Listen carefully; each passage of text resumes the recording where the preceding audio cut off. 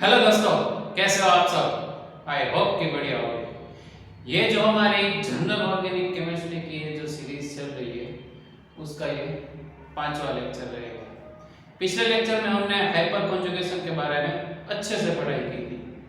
इस लेक्चर में आज हम एरोमेटिसिटी के बारे में पढ़ेंगे।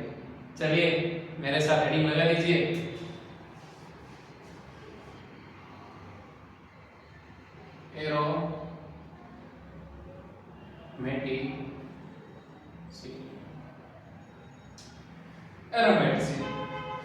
एरोमेटिसिटी में हम 3 प्रकार के कंपाउंड के बारे में पढ़ेंगे। यानी कि जितने भी कंपाउंड ये यूनिवर्स में एग्जिस्ट है वो ये 3 प्रकार की कैटेगरी में आएंगे। पहले हम लिख लेते हैं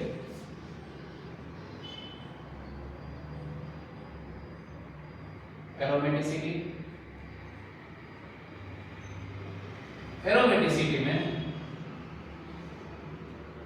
3 प्रकार के कंपाउंड होते हैं। पहला कंपाउंड का नाम है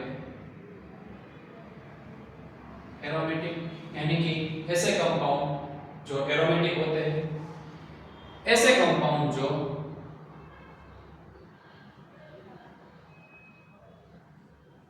एंटी एरोमेटिक होते हैं, और आखिर का तीसरा ऐसे कंपाउंड जो नॉन एरोमेटिक होते हैं। मतलब कि हम जितने भी कंपाउंड देखते हैं हमारे आसपास वो ये तीनों में से एक कैटेगरी में आएंगे। मतलब हमारे पास 3 प्रकार के टाइप्स हो गए एरोमेटिसिटी के। कौन कौन से? पहला है कि ऐसा कंपाउंड जो एरोमेटिक होता है, दूसरा कंपाउंड जो कि एंटी एरोमेटिक होता है, और तीसरा कंपाउंड जो कि नॉन एरोमेटिक होता है। अब शुरू से शुरू करते हैं।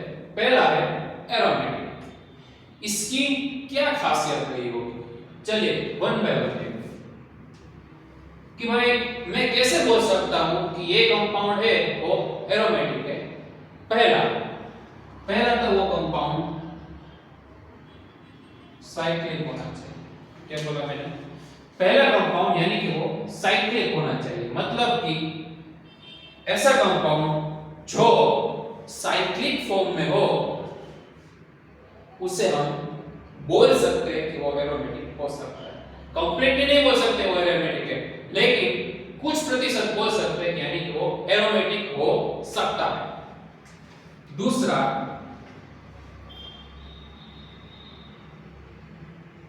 प्लेनर, यानी कि एरोमेटिक वाला जो कंपाउंड है वो प्लेनर होगा, यानी कि एक प्लेन में ही होगा। तीसरा, ये बहुत इंपॉर्टेंट रहेगा, आप अच्छे से गौर कीजिएगा।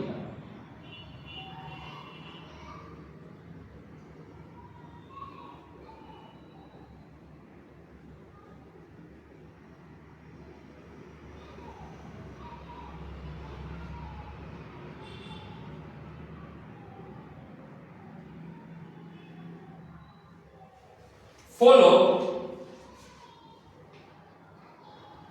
हकल्स 4n + 2 पाई इलेक्ट्रॉन, यानी कि एक हकल नाम का आदमी था जो ऑर्गेनिक केमिस्ट्री में जिन्होंने एरोमेटिसिटी का कांसेप्ट दिया। उन्होंने ऐसा बोला कि जो compound 4n + 2 pi electron system को फॉलो करते हैं वही कंपाउंड को हम एरोमेटिक कंपाउंड से पहचानेंगे, जहां पे n की वैल्यू 0 1 2 3 से लेके इंफिनिट तक होगी। ठीक है, चलिए अब इसके कुछ एग्जांपल लेते हैं। उससे पहले हम ये जो n की वैल्यू है वो हमारे जो हकल भाई के फॉर्मूला है उसमें पहले पुट करके इलेक्ट्रॉन स्पीशीज लिखेंगे। चलिए सबसे पहले मैं ये 0 को n की जगह पे रखता हूं। तो n की जगह में अगर मैं 0 लिखूंगा तो मुझे आंसर आएगा 2 पाई इलेक्ट्रॉन। मतलब कि ऐसा कंपाउंड जो सिर्फ 2 पाई इलेक्ट्रॉन स्पीशीज दिखाता होगा वो कंपाउंड एरोमेटिक हो सकता है। दूसरा, अब मैं ये एक को n की जगह पे लिखता हूं। अगर मैं एक को n की जगह पे लिखूंगा तो हमारा आंसर आ जाएगा 6 pi इलेक्ट्रॉन। मतलब जैसे मैंने पहले बोला कि ऐसा कंपाउंड अगर वो 6 pi इलेक्ट्रॉन दिखाएगा तो वो कंपाउंड को मैं बोल सकता हूं कि वो एरोमेटिक रहेगा। और एक कहते हैं अगर मैं ये दो को n की जगह पे लिख दूं तो आंसर आ जाएगा, अगर मैं n की जगह पे 2 लिखूं तो 4 2 8 और 8 + 2 10 pi इलेक्ट्रॉन स्पीशीज। मतलब कि यहां पे मैंने जो लिखा 2 pi electron, 6 pi electron, 10 pi electron, मतलब कि ऐसा कंपाउंड जो 2 pi इलेक्ट्रॉन दिखाता होगा या फिर 6 pi इलेक्ट्रॉन या फिर 10 pi इलेक्ट्रॉन दिखाता होगा वो कंपाउंड एरोमेटिक कंपाउंड रहेगा, ऐसा मैं बोल सकता हूं। अब कुछ एग्जांपल से ज्यादा समझने का प्रयास करते हैं। तो पहला एग्जांपल मैंने ले लिया ये, चलिए देखिए, मैंने 3 मेंबर की एक साइक्लिक रिंग ली। देखो ये कंपाउंड का जो एग्जांपल मैंने लिखा है वो है एरोमेटिक कंपाउंड। कैसे, चलिए देखते हैं। एरोमेटिक कंपाउंड की हमारी जो शर्तें थी, पहली थी कंपाउंड साइक्लिक होना चाहिए। तो चलिए यहां पे हम देख सकते हैं कि ये पूरा कंपाउंड जो है वो साइक्लिक है, ठीक है। तो मतलब ये पहली शर्त कंप्लीट हो गई। दूसरा कंपाउंड दूसरे शर्त वो कंपाउंड प्लेनर होना चाहिए, मतलब कि वो कंपाउंड में डबल बॉन्ड या फिर ट्रिपल बॉन्ड होने चाहिए। क्यों? क्योंकि हमें पता है कि अगर कोई कंपाउंड में डबल बॉन्ड या फिर ट्रिपल बॉन्ड हो गए तो वो कंपाउंड के जो रिमेनिंग जो पार्ट है, मतलब कि उसके पास हाइड्रोजन होगा, वो एक ही प्लेन में रहेगा। स्टीरियोकेमिस्ट्री जो होती है वो पूरे कंपाउंड की वो एक ही प्लेन में रहेगी। मतलब कि मैं ऐसा बोल सकता हूं कि ये डबल बॉन्ड वाला जो कंपाउंड है वो एक ही प्लेन में है, मतलब कि ये कंपाउंड प्लेनर है। हमारी दूसरी शर्त भी कंप्लीट हो गई। अब आगे हम देखते हैं तीसरी शर्त हमारी, जो कि है फॉलो हबल्स 4n + 2 pi इलेक्ट्रॉन। मतलब कि वो हबल का 4n + 2 pi इलेक्ट्रॉन फॉलो करना चाहिए। तो आप इधर देख सकते हैं कि यहां पे सिर्फ एक ही डबल बॉन्ड दिख रहा है। एक डबल बॉन्ड में हमें पता है कितने इलेक्ट्रॉन होते हैं, 2 इलेक्ट्रॉन होते हैं। ऊपर है पॉजिटिव चार्ज, पॉजिटिव चार्ज के पास इलेक्ट्रॉन होता नहीं, मतलब कि ये पूरे कंपाउंड में total number of pi electron हो गए 2। तो ये हमने क्या लिखा है, ये 2 पाई इलेक्ट्रॉन वाला कौन सा होता है, एरोमेटिक। मतलब मैं ऐसे बोल सकता हूं कि ये कंपाउंड एरोमेटिक है। दूसरा एग्जांपल लेते हैं।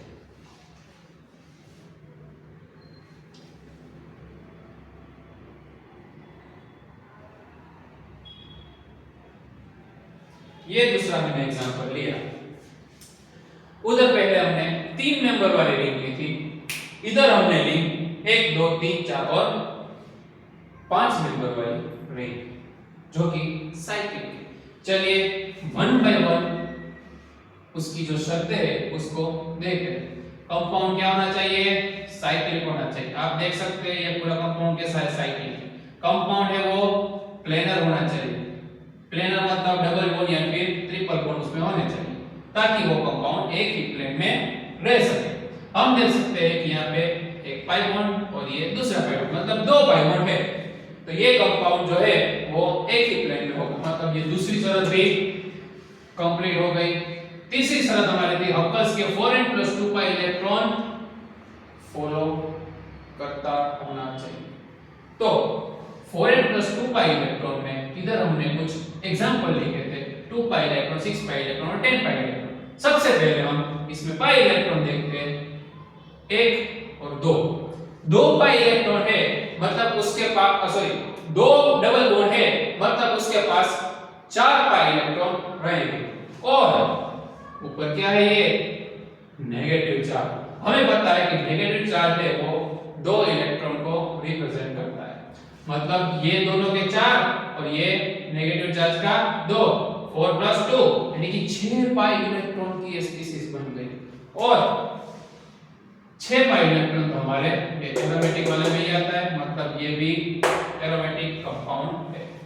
और एक एग्जांपल लेते हैं, हमारा सबसे प्यारा अच्छा सा बेंजीन,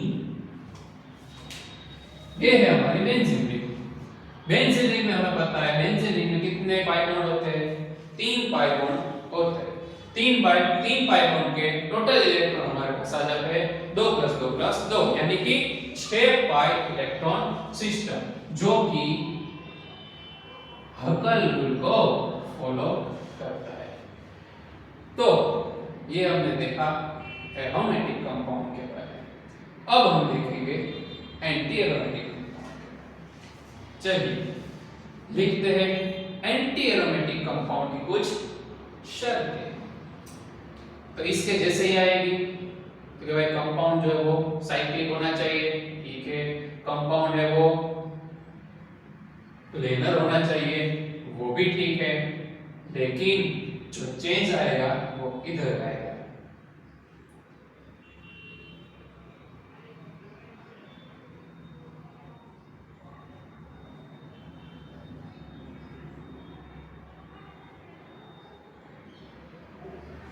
क्या लिखा है मैंने?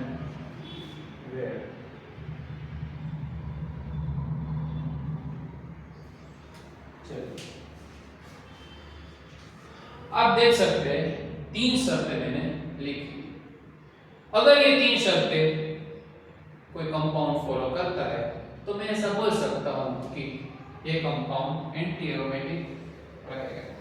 पहली शर्त है उसमें कंपाउंड साइक्लिक होना चाहिए, जैसा कि वो एरोमेटिक में हमने देखा था कि ऐसा कंपाउंड जो साइक्लिक फॉर्म में होता है उसको साइक्लिक कंपाउंड बोलते हैं। दूसरी शर्त थी प्लेनर, यानी कि ऐसा कंपाउंड जो कि एक प्लेन में रहता है उसको हम प्लेनर कंपाउंड बोलते हैं। तीसरी शर्त हमारी थी हक्कल की 4n पाई इलेक्ट्रॉन स्पीशीज, मतलब कि ऐसा कंपाउंड जो 4n पाई इलेक्ट्रॉन को सिचुएट करता है उसे हम बोलते हैं एंटी एरोमेटिक। चलिए कुछ इलेक्ट्रॉन के एग्जांपल लिखते हैं, जहां पे n की जगह हमें लिखना है 1 2 3। अगर मैं n की जगह पे 1 लिखता हूं तो मेरा आंसर आ जाएगा, क्या आ जाएगा भाई? सॉरी n नहीं आएगा इधर, 4 पाई इलेक्ट्रॉन। अगर n की जगह मैंने 1 लिख दिया तो मेरा आंसर आ गया 4 पाई इलेक्ट्रॉन। अगर मैंने n की जगह पे 2 लिख लिया तो मेरा आंसर आ जाएगा 8 पाई इलेक्ट्रॉन। वैसे ही अगर मैंने n की जगह पे 3 लिख लिया तो मेरा आंसर आ जाएगा, यानी कि ऐसे कंपाउंड जो कि 4 पाई इलेक्ट्रॉन, 8 पाई इलेक्ट्रॉन और 12 पाई इलेक्ट्रॉन को रिप्रेजेंट करते हैं वो कंपाउंड को हम बोलेंगे एंटी एरोमेटिक कंपाउंड। एग्जांपल देखते हैं। पहला एग्जांपल,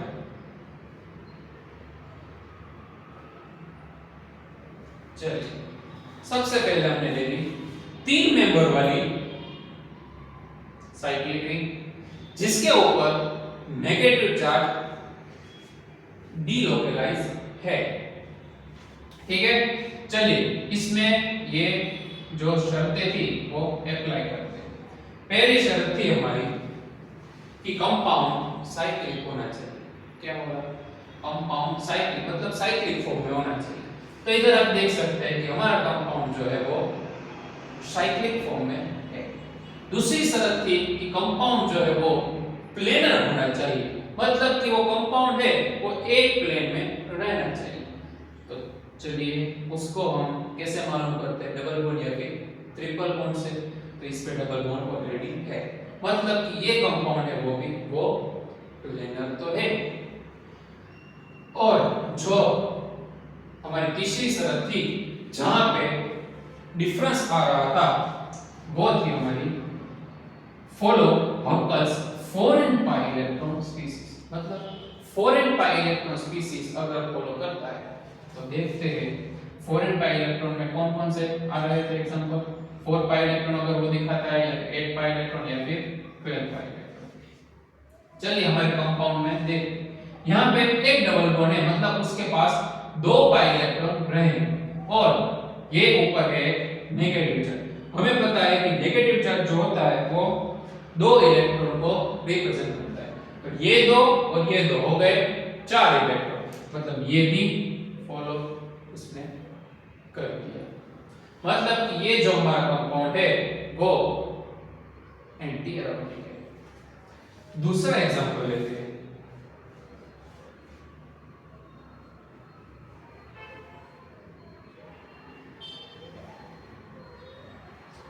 यहां पे मैंने 5 नंबर वाली रिंग ले ली। 5 नंबर वाली रिंग साइक्लिक है, फॉलो कर दिया पहला। प्लानर है, दो डबल बॉन्ड है, मतलब वो प्लानर तो हो गए। Follow Huckel's 4 and pi electron species, मतलब उसमें 4 pi इलेक्ट्रॉन 8 pi इलेक्ट्रॉन या फिर 12 pi इलेक्ट्रॉन हमें चाहिए। 2 और 2 4 हो गए। 4 pi इलेक्ट्रॉन है, ऊपर है पॉजिटिव जिसके पास इलेक्ट्रॉन होते नहीं, मतलब कि टोटल हो गए हमारे पास 4 pi इलेक्ट्रॉन। तो मैं ऐसा बोल सकता हूं कि ये हमारा कंपाउंड एंटी एरोमेटिक है। ये हमने देखा दूसरा एंटी एरोमेटिक। अब हम देखने वाले हैं तीसरा नॉन एरोमेटिक। तो भाई नॉन एरोमेटिक कंपाउंड क्या होता है, कुछ एक सेंटेंस लिखते हैं।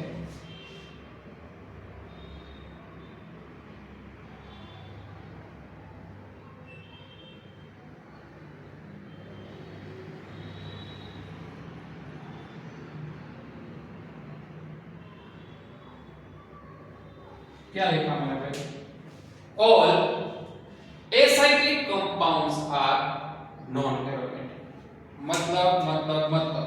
मतलब कि ऐसे कंपाउंड जो साइकिल के फॉर्म में नहीं होंगे वो कंपाउंड किस कैटेगरी में आएंगे, नॉन एरोमेटिक की कैटेगरी में आएंगे। यानी कि मैं सिंपल भाषा में ऐसा बोल सकता हूं कि जितने भी चेन वाले कंपाउंड है वो नॉन एरोमेटिक में आएंगे। एग्जांपल देखते हैं। ये मैंने 1 2 3 और 4 मेंबर वाली चेन ड्रॉ की, तो ये कंपाउंड हमारा नॉन एरोमेटिक। और एक एग्जांपल लेते हैं।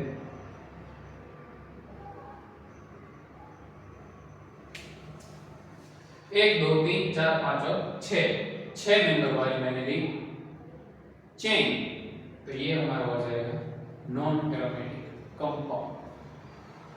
हमने देखे 3 कंपाउंड एरोमेटिसिटी में कौन कौन से, एक होता है एरोमेटिक, दूसरा होता है एंटी एरोमेटिक और तीसरा होता है नॉन एरोमेटिक।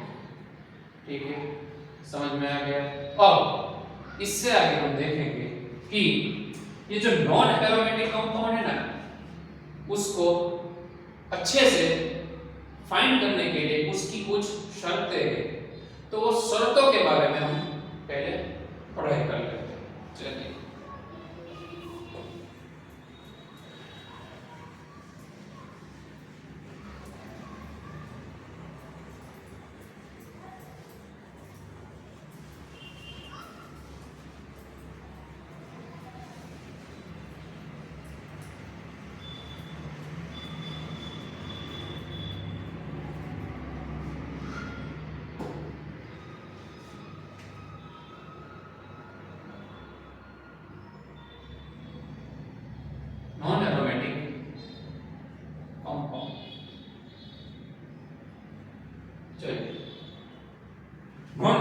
कंपाउंड की पहली शर्त तो हमने देख ली थी कि भाई all acyclic compounds are non aromatic compound. पहली शर्त वही लिख लेते हैं, all acyclic compounds are non aromatic compound.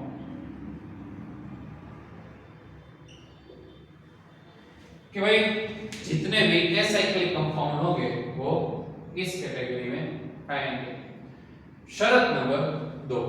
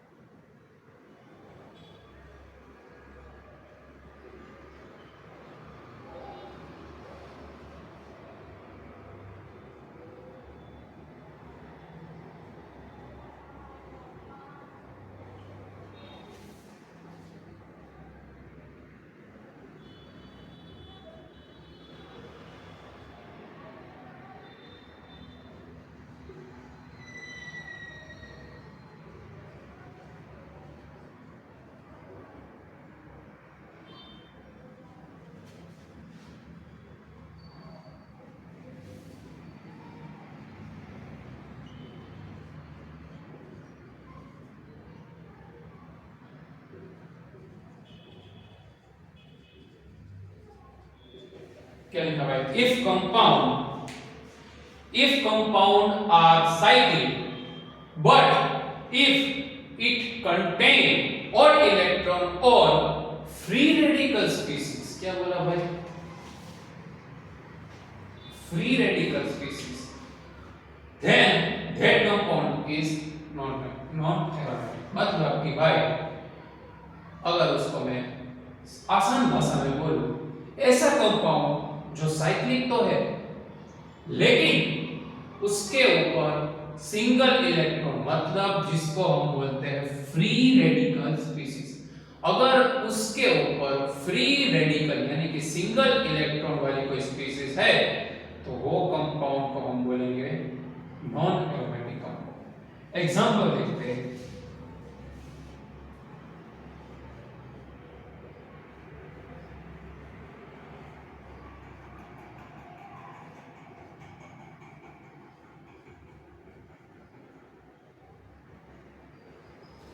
चलिए यहाँ पे मैंने 3 एग्जांपल लिखे। 3 मेंबर वाली हमारे लिए एक पाई बॉन्ड है, मतलब 2 पाई इलेक्ट्रॉन, और उसके ऊपर है फ्री रेडिकल यानी कि 1 इलेक्ट्रॉन वाली स्पीशीज। 5 मेंबर की रिंग, उसके ऊपर है सिंगल इलेक्ट्रॉन, और ये हमारा 6 मेंबर वाली रिंग जिसमें 1 इलेक्ट्रॉन दिखा रखा है। तो ये सारे एग्जांपल हो गए नॉन एरोमेटिक कंपाउंड के। ये थी हमारी शर्त नंबर 2। अब हम देखेंगे हमारी शर्त नंबर 3। यहाँ लिखता हूं,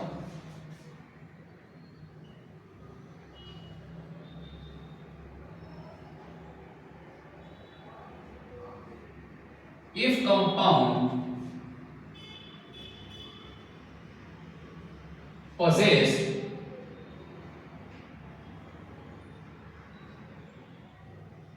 sp3 carbon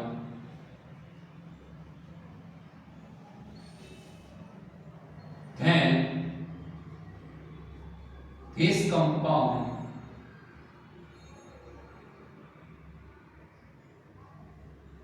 is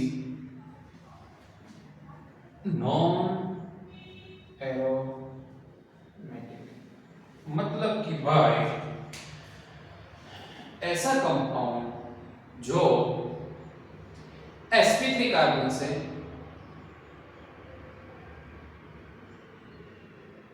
सुशोभित है, ऐसे कंपाउंड को हम नॉन एरोमेटिक कंपाउंड बोलते हैं।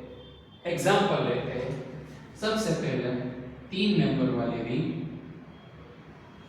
का, यहाँ पे आप देख सकते हैं 3 मेंबर वाले रिंग है, ऊपर ना तो पॉजिटिव चार्ज है ना नेगेटिव चार्ज है और ना फ्री रेडिकल, ऐसे ही पड़ा हुआ है। तो ये जो यहाँ पे हमारा कार्बन है ये हो जाएगा हमारा sp3 कार्बन। अगर ये sp3 कार्बन हो गया भाई तो ये हमारा कंपाउंड हो जाएगा नॉन एरोमेटिक। दूसरा एग्जांपल लेते हैं 5 मेंबर वाली रिंग का। यहां पे आप देख सकते हैं कि हमारा कंपाउंड है वो sp3 कार्बन को कंटेन कर रहा है, तो ये हमारा हो जाएगा नॉन एरोमेटिक कंपाउंड। ये थी हमारी तीसरी शर्त। अब देखते हैं हम चौथी शर्त।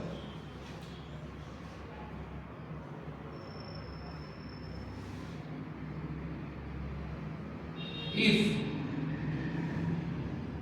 compound is not in plane, simple language में इसको हम बोल सकते हैं, इसको हम बोल सकते हैं कि एक प्लेन में नहीं है, then this compound is non aromatic। मतलब कि भाई ऐसा कंपाउंड जो प्लेनर नहीं है, मतलब कि एक प्लेन में नहीं है, ऐसे कंपाउंड को हम बोलेंगे नॉन एरोमेटिक कंपाउंड। एग्जांपल देखते हैं।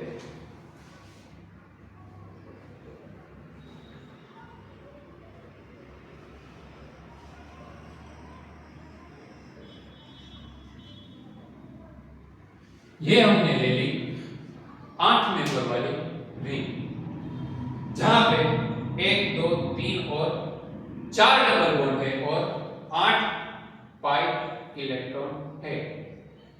इसको अगर मैं अच्छे फॉर्म में लिखूं तो मैं कुछ ऐसे लिखूंगा।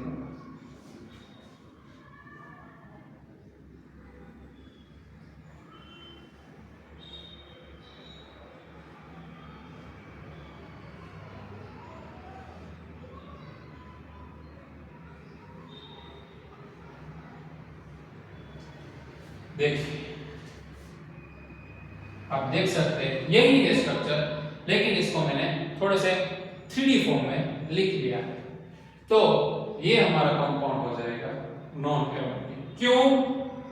क्योंकि ये कंपाउंड प्लेनर नहीं है। ऐसा ही अगर मुझे एक और एग्जांपल लिखना हो तो मैं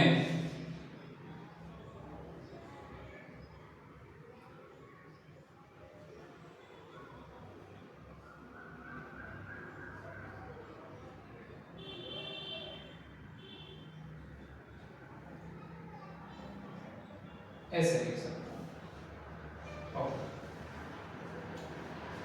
चलिए देखिए, ये कंपाउंड को अगर मुझे नॉन प्लेनर दिखाना है तो मैं ऐसे दिखा सकता हूं। देखना,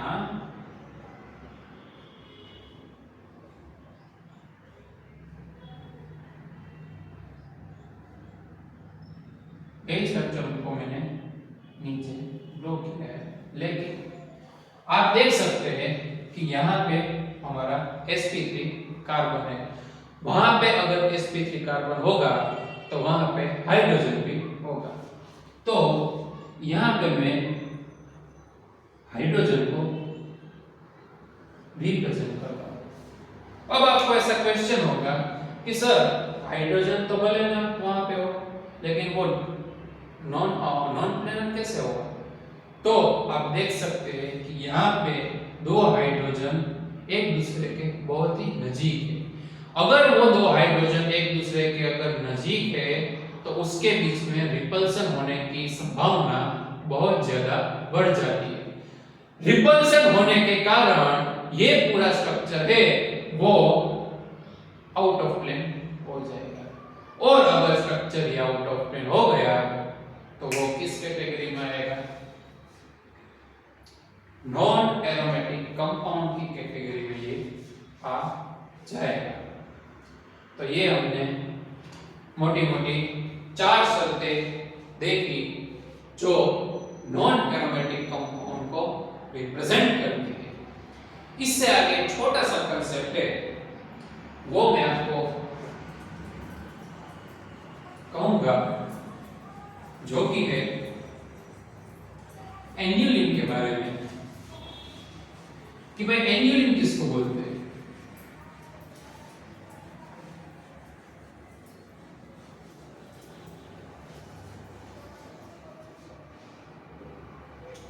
एन्युलिन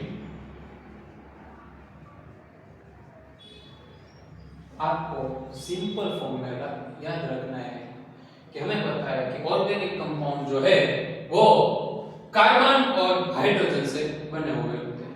तो एन्युलिन को सिंपल यानी आसान भाषा में याद रखने के लिए आपको इतना दिमाग में रखना है, जितने भी कार्बन होंगे ना उतने ही हाइड्रोजन, अगर जितने कार्बन है उतने ही हाइड्रोजन वाला अगर कोई कंपाउंड है तो उसको एन्युलिन बोलते हैं। यानी कि अगर कॉमन फॉर्मूला इसका मुझे लिखना हो तो CnH, जितने भी कार्बन उतने ही हाइड्रोजन।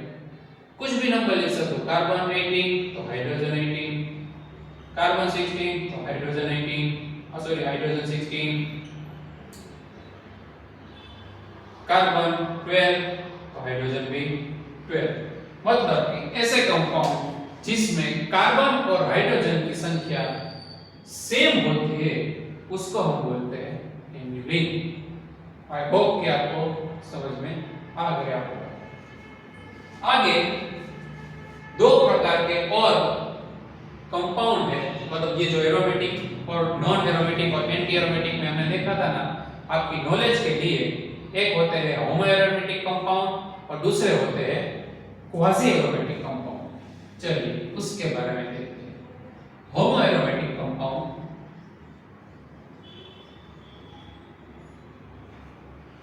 आपको डिटेल में इसमें अभी हम नहीं पढ़ेंगे, आपको इतना याद रखना है कि ऐसा एक ही कंपाउंड है पूरी दुनिया में, और वो है, ये हम इधर हमने देखा था ना, वो 8 मेंबर वाली रिंग। सॉरी, ऐसा कंपाउंड कि जिसमें पॉजिटिव चार्ज और sp3 कार्बन दोनों हो, ऐसे कंपाउंड को हम बोलते हैं होमो एरोमेटिक कंपाउंड। एग्जांपल ये ले लेते हैं ना भाई, ये थी हमारी भाई 8 नंबर वाली रिंग, इसकी हम रिएक्शन करवाते हैं H+ के साथ, तो ये कुछ ऐसा बन जाएगा।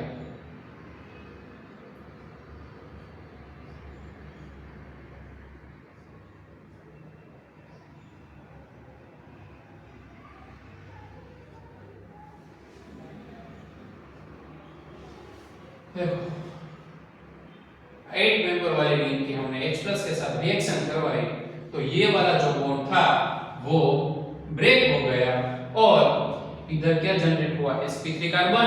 देखो दिख रहा है ना, ये हमारा है sp3 कार्बन और positive charge.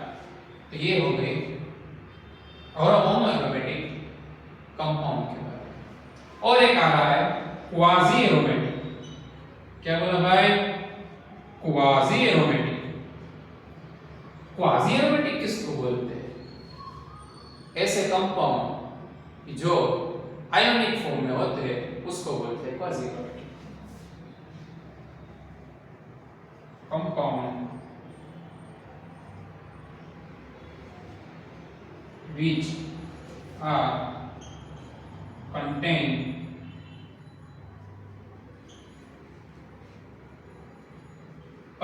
or in form of ion। ऐसे कंपाउंड कि जो आयोनिक फॉर्म में होते हैं उसको हम बोलते हैं क्वाजी एरोमेटिक कंपाउंड। तो आज के इस जीओसी के 5वें लेक्चर में हमने एरोमेटिसिटी के बारे में पढ़ाई की, जिसमें हमने पढ़ा तीन प्रकार के हमारे मेन कंपाउंड, एक था पहला था एरोमेटिक कंपाउंड, दूसरा था एंटी एरोमेटिक कंपाउंड और तीसरा था नॉन एरोमेटिक कंपाउंड। और उसके बाद हमने देखी नॉन एरोमेटिक कंपाउंड की कुछ शर्तें और उसके बाद हमने देखा एन यूनिट किसको बोलते हैं वो, और एक्स्ट्रा जो दो प्रकार के कंपाउंड थे, एक था होमो एरोमेटिक और एक था क्वाजी एरोमेटिक, उसके बारे में पढ़ाई। आज के लिए इस लेक्चर में हम इतना रखते हैं। अगले लेक्चर में हम कुछ नया बढ़िया सा पढ़ने की कोशिश करेंगे। तो आज के लिए इतना ही। Thank you.